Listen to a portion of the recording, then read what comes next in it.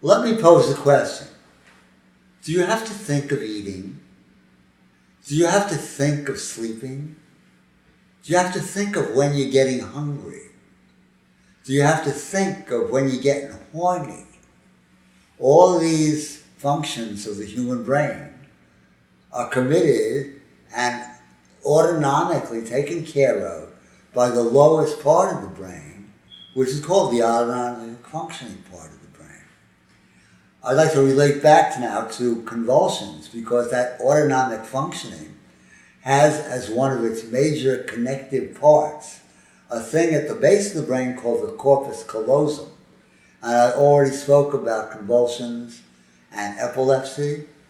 And in these two conditions, the corpus callosum is where the left hemisphere of the brain is connected to the right side of the body and vice versa.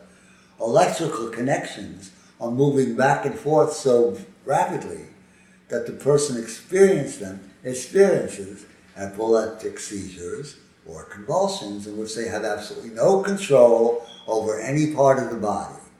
Overlying this autonomic functioning system is what we call the limbic system. And people who aren't okay with those anatomically correct terms can use the word lizard brain, because the lizard brain is the seat of functioning of 5 basic fundamental functions.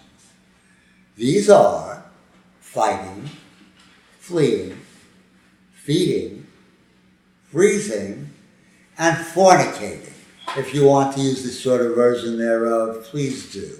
Because unlike a lot of people in recovery, have absolutely no problem with use of occasional profanity.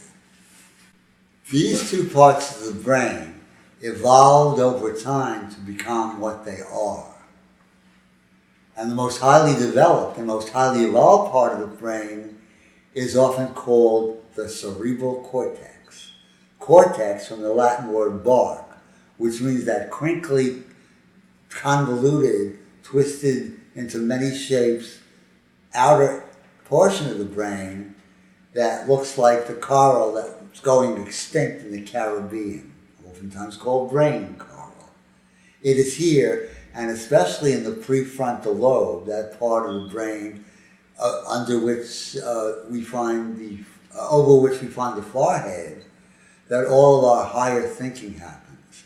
Our ability to think analytically, critically, and sanely about our lives and the quality of them. In looking at my own personal experience in active addiction and the ensuing recovery process, I've come to understand at a very profound level that when I finally got serious about recovery and became willing to live in the rigorous honesty that it is encouraged to one to experience, that I walked into recovery as a person not with a spiritual illness or a spiritual malady, but with a divided brain that wasn't in sync with itself.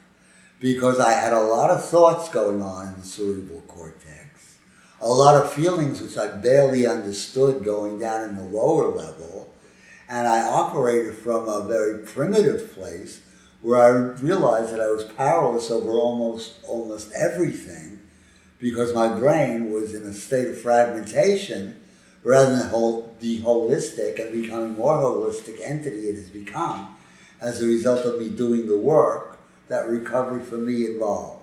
Having had no problem accepting the fact that I finally admitted to that innermost core of myself that I was powerless over alcohol, I realized that my life had become a total disaster only after I'd collected my 3rd DUI officially. There had been an episode with police a long time before that, during which I'd been involved in a car accident in which a small sports car was T-boned. And I graciously blew into a breathalyzer because I wasn't under the influence of alcohol at the time, but had taken 6 sodium amphetamine tablets because I was tired of working and wanted to spend the day on the water with a friend whom I took water skiing. and it turned into a disaster for me. I no longer torment and torture myself over the mistakes I've made in the past, because I live in a state of being right now where I go into ridiculous statements about who I am, one of which is, I'm the most spiritual atheist you'll ever meet, and I guess that makes me an oxymoron.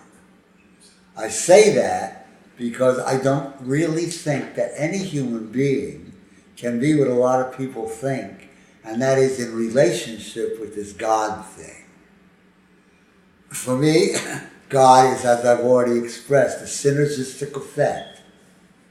And what occurs when human beings relate to each other and communicate in a state of rigorous honesty, in which case they're doing something other than what is encouraged in the recovery programs. Recovery programs insist upon, in most cases, getting a sponsor who will work you through the process of internalizing the reality of the 12 steps of recovery. And I did this because I had no other options at the time, and did the work to the best of my ability, even though I was vehemently opposed to a lot of the ideas, which I think were just extrapolations from the holy books, which I spell Holey, full of intellectual holes, rather than sacred scriptures. I believe they were written by men who weren't highly educated in an attempt to understand the world they lived in by projecting the human condition outwards so to get a spiritual image of who we are in the core of ourselves and create stories that seem to make sense at the time, which today make absolutely no sense to me whatsoever. In 586 before the Common Era, Jerusalem was destroyed by the Babylonians, and the Jews had to experience diaspora. They were shut out from their own country, ostensibly the chosen people of God. And during the diaspora in Babylon, holy men, rabbis, started concocting the stories that went into the creation of the first 5 books of the Old Testament, oftentimes called the Torah. Interestingly enough, in their imaginary explication of the creation of the world, they replicated the ideas that evolutionists found out to be true about the evolution of life on the planet. A great mystery. And we have since discovered, with the unraveling of DNA, that all life on the planet is composed of 4 basic pairs of chemicals that code for every planet in every living entity on the entire planet. And isn't that a simplification of complexity?